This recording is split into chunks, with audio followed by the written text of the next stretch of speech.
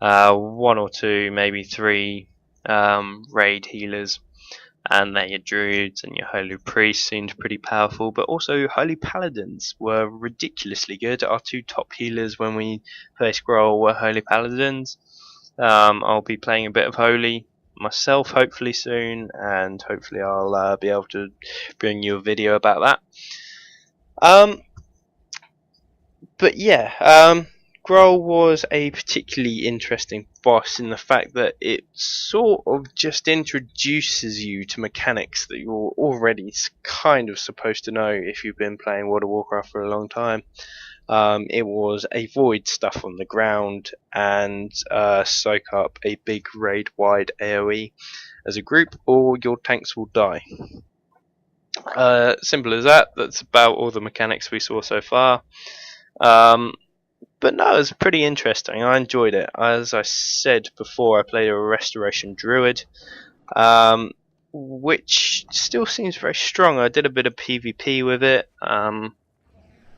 Mana was no problem there, but I had mana problems in that fight. I was down to about 10% mana after about 65%, which isn't good. There's a lot of the fight left to go after that. They did say that they wanted healers to be more conservative with their spells.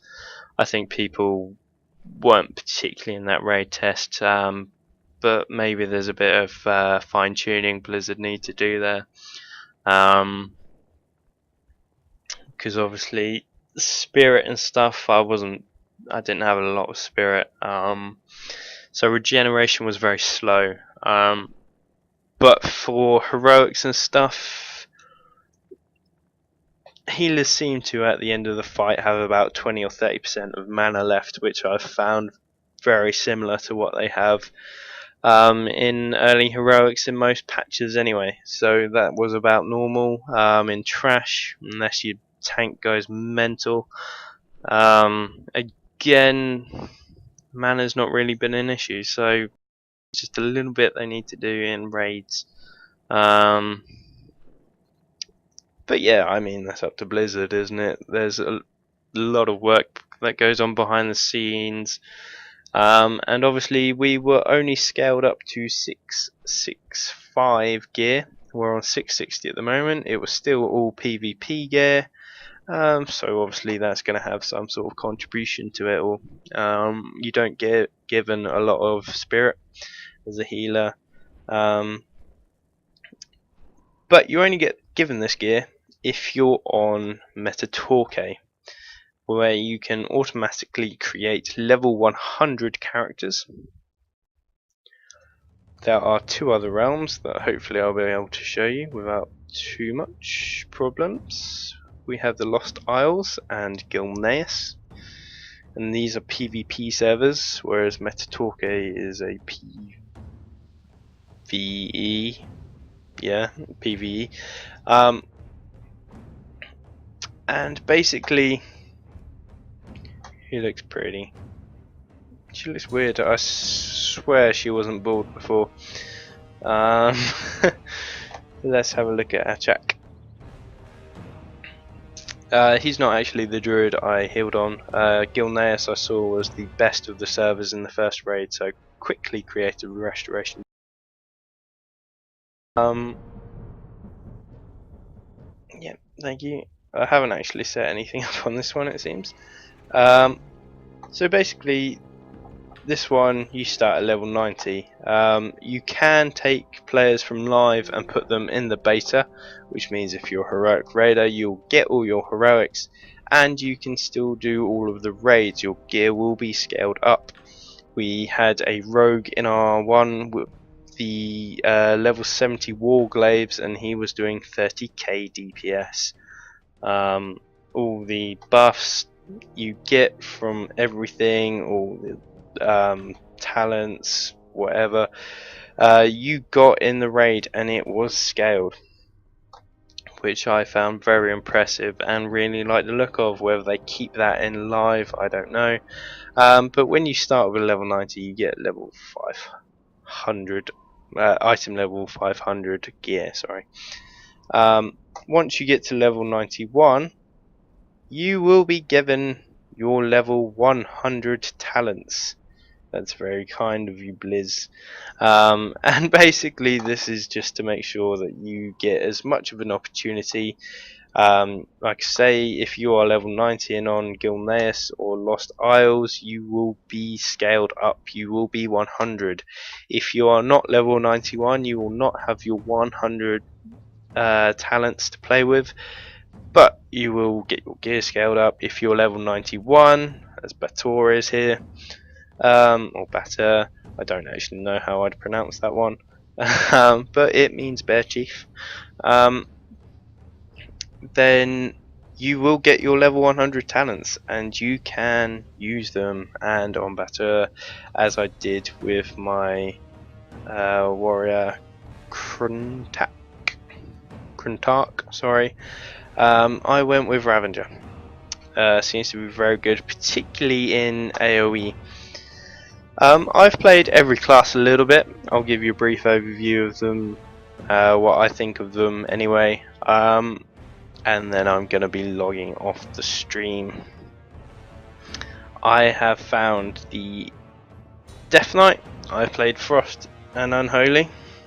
So far in the beta, I found them quite enjoyable. I think they do very competitive DPS. I don't particularly know what is expected at the minute. I've seen people do 40k, but I've seen people do 8k in heroics. I know there's people know how to manage their characters better and stuff, but that just seems ridiculous. I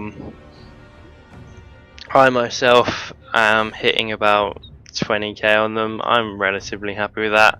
I never seem to lag behind in the heroics, but if I did that in the raid the other night, I'd have been somewhere nearer the bottom. But as I say, I was with a 14 out of 14 heroic guild, so yeah, I think that would have been fair enough, to be honest. And I never really played Death Knight, so yeah, I'd have been happy with that. You saw me on this with ads. I was doing very good DPS. Didn't really get to see me on a boss because I died quite early, being stupid, trying to talk. Future, I might concentrate a little bit more on bosses until I get more comfortable, because I wasn't comfortable with the warrior. Never really played it before, but I really enjoyed it. Seems very good. A little bit of Fury, didn't like it as much. Not tried Prot yet, so probably do that. Replace Fury with Prot. Gladiator stance is apparently very good. Rayen, my paladin. I've just played a Rat. Rat seems very good. Seems very confident. In the sense that it all seems very well tuned at the minute. So I doubt there's probably much work that they'll need to do with the Resident. And I have played a little bit of Prot. It was pretty good, but as I say, I don't really tank. So going to be playing Holy with the Paladin a little bit soon. Hunter, I don't like. I was a heroic hunter in Mr. Pandaria. I will definitely not be playing hunter in Warlords of Draenor. I tried every spec. No, I don't like it. It's horrible. Shaman, not tried restoration yet, but if I was to play a shaman, would be a restoration. I know that sounds crazy, but I really wanted to try enhancement. Fantastic AoE. I saw someone do insane burst DPS with enhancement, but I'd never played it before, so I wasn't particularly good. Elemental seems very good. Chain and Lightning is no longer OP as anything. It is just a normal spell, a normal AoE spell, which I like. I'm sure elemental shamans might be unhappy with me saying that,